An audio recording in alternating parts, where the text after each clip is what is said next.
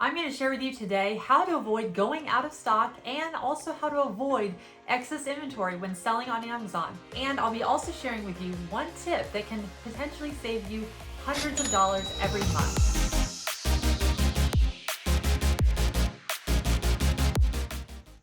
I'm Becky with Click Fluency, and I want to share with you really a lot about inventory management on Amazon. What is it? When you stock your own product by selling on Amazon using either FBA or FBM, fulfilled by Amazon, fulfilled by merchant, you need to track and store your inventory either at Amazon's warehouses located throughout the US or at your own warehouses and your own warehouse provider. So having too much inventory can be very costly, just like running out of stock can cost you hundreds or even thousands of dollars each day your product is not available for sale on Amazon. Poor inventory management may not show up for weeks or even months, but when it does, it can lead to issues for your growth potential. In this video, I'm going to focus in on inventory management using FBA. Amazon charges storage fees each month. So while you want enough inventory to not cause you to run out, you also don't want so much sitting there at Amazon that it's just sitting there and it's costing you and it even expires. I'm going to walk you through Amazon's inventory management tool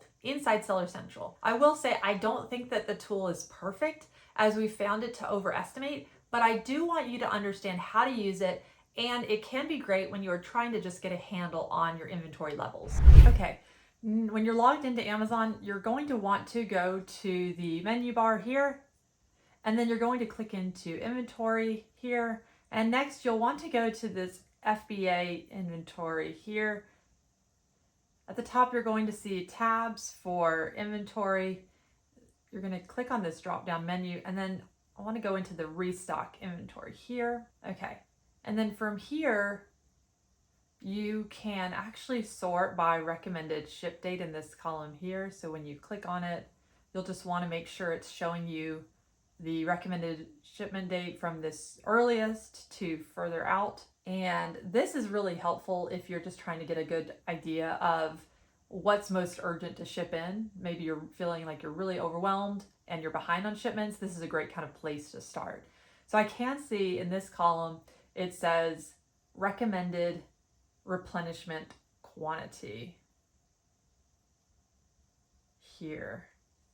And if you click on the blue button actually here, you can actually get to more information. So I'm actually going to click into the blue here under the recommended replenishment quantity. And then it's going to actually take me to a page that looks like this.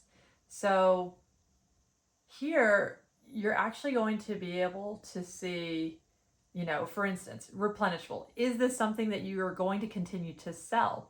If it's not, then you'll want to click no so that you can stop getting notifications from Amazon. You can always click on these little question marks here. They'll, if you don't want it to show up, it can just be hidden by clicking no, but I'm going to leave it on yes for now. You can also even set the product importance. Maybe this is something that is one of your best sellers and that's a high priority. And maybe you have others that are they're nice to have available, but they're not something that you have to have on there.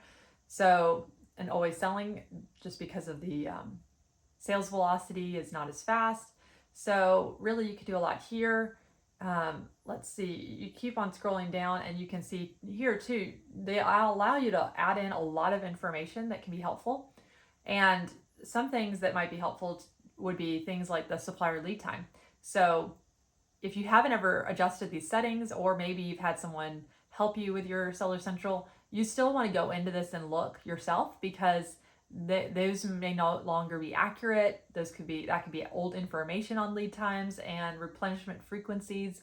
Those are things that you want to be checking, and you can do right now even. So I'm looking and I can see the lead time currently says 2 weeks. If that is accurate, then then leave it there. Now keep in mind there's the supplier lead time, and that is going to be really from the time that it's going to have from your supplier deliver a product to Amazon's warehouse. So kind of think about that time is that, and then your lead time is going to be how long it's going to take you to ship your inventory for that product from your facility. So from the warehouse, your own, or if you use another warehouse, to Amazon, so that basically they can account for that information. And I did say earlier in this video, this tool isn't perfect, but if you have these numbers in here that are wrong, then it's going to be even further off. And this can actually be a huge problem because then you can maybe be sending in way too much inventory that can then end up turning into a lot of monthly storage fees, or you might not be sending in enough and you always feel like you're playing catch up and you're always behind, and maybe you're even having to turn on fulfilled by merchant offers that you really don't want to, because that, sometimes that does hurt your account. So this is really helpful to know too.